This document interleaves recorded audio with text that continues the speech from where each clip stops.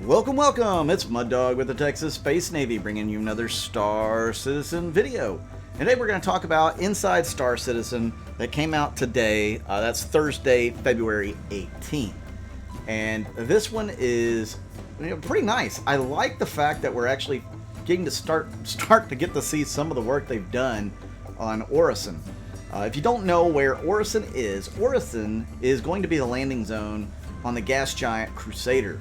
It will rest high in the atmosphere of Crusader, and this will be where they construct all their ships, whether it's the Mercury Star Runner, the Ares Starfighters, the C2, H2, A2, M2 Hercules, and of course their Genesis Starliner, whenever we actually finally get to see it. But supposedly these are the shipyards that they will be doing all the construction on. Now, they bought this planet and the moons and all that from a previous existing, I guess there was already something there. I have to go back through the lore. I have a lore video in my library that I did on the system. But yeah, Crusader moved in and they started constructing their own ships, and they've been very, very popular. And of course, as you know, you've got Crusader Industries Security, or Crusader Security, that takes care of all the security around there. Now, this episode was strictly about Orison in the first half, and they're showing off a lot of the work that they've done. They want to show off wind effects, which they have the Japanese cherry blossom, or the cherry blossoms that will float off. The petals will float through the air. They have this statue that has the wave behind it. It's a statue of a space whale. If you don't know, space whales are going to be a thing. They've actually worked on them. They worked on them on a live stream one day, so a little over an hour, and these things were humongous. They did not originally get concepted for in the clouds of Crusader, but that's where they live. They live somewhere below Orison in the clouds of Crusader. And there are people that actually go and mine, barnacles and other extremely valuable things off of these space whales, but they only have a limited window in which they can, because the space whales come up for oxygen, I believe, in this level of the atmosphere, and then they dip back down below. So it'll be really interesting to see when they get these space whales in the game, how all that gameplay, or even just the sight of seeing one of these massive creatures float through the skies of Orison. So they talk about the different locations here on Orison. Green circle is like where your hab, that's where you wake up. It's got this rock garden in it, which to me looks really cool. I like the rock garden personally. And they also talk about the hospital that's going to be at Orison. This, they are saying, is going to be the first hospital implemented in the game. Now, we do know that the other landing zones in the system will have hospitals of some sort. Area 18, I've seen it. Lorville, we even have a hospital, though I think, you'd want to probably be in the Orison's hospital or the Area 18 one. You're probably going to have the best doctors in the system at those two locations. Microtech would probably have a very good hospital. I don't know where that one is right offhand. I'll have to go and search around a little bit more for it. So definitely all sorts of hospitals in these different landing zones to check out. So what do you guys think of Orison? Is this a landing zone you're excited to see in the game? Are you worried about the resources it's going to cost to put it in the game? I personally think that they're really going to want to have server meshing in by the time that they pull Orison in, just to be able to deal with the extra resources so that things don't get bogged down. And if you haven't noticed, whenever you're in most of the landing zones right now in the game, frames tend to be somewhat lost because there's too much going on for the server to handle. You notice that sometimes the floors don't get drawn in right away, or some of the structures don't get drawn in right away. These are because everything's so resource intensive and everything is pushing on the server all at once from all the different locations. With server meshing, they can kind of mitigate some of those things. Now, the other really interesting thing they mentioned here in this inside Star Citizen are these little side maintenance tunnels and nooks.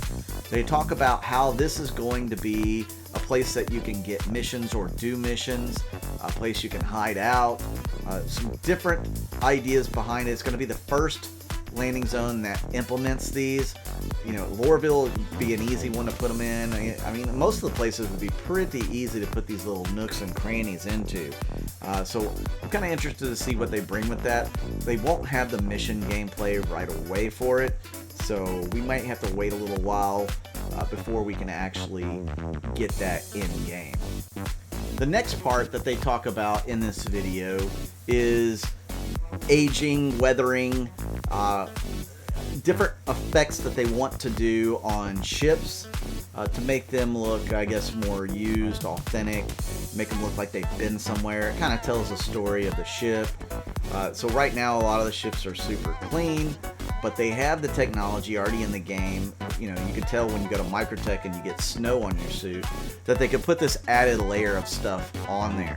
So that's what they're talking about doing, is adding dust, adding rust, maybe the paint fades. And it seems like a subtle touch, but their first implementation of it here in this video is pretty nice. I really like kind of where it's going. I do worry a little bit that, you know, your armor may rust off of your ship. I'm hoping that's not exactly the case, but you know, if they want to weatherize something, they may take it to that extreme. I really hope they don't, because that, you know, that would suck. They haven't talked anything about how to clean your ship. So if you get all this dust and grime and dirt on it, they don't say anything about, you know, a ship wash or a way to clean that off. They're just talking about how they're aging it, how they're putting wear and tear and dust or snow. You know, wherever you've been, you know, you start seeing some of those weather effects appear on your ship. Again, really cool idea.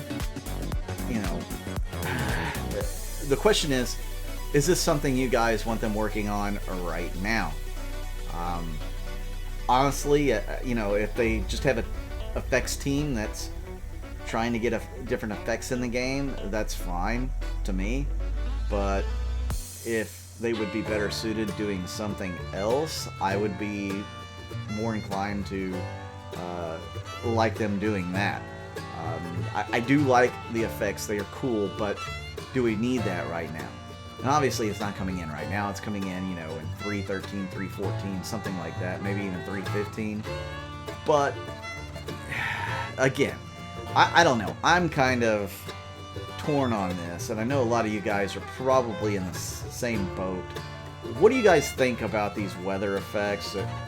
I know you probably think they're cool, but is there something that you feel like they should be doing other than weatherizing our ship, or I guess aging our ship?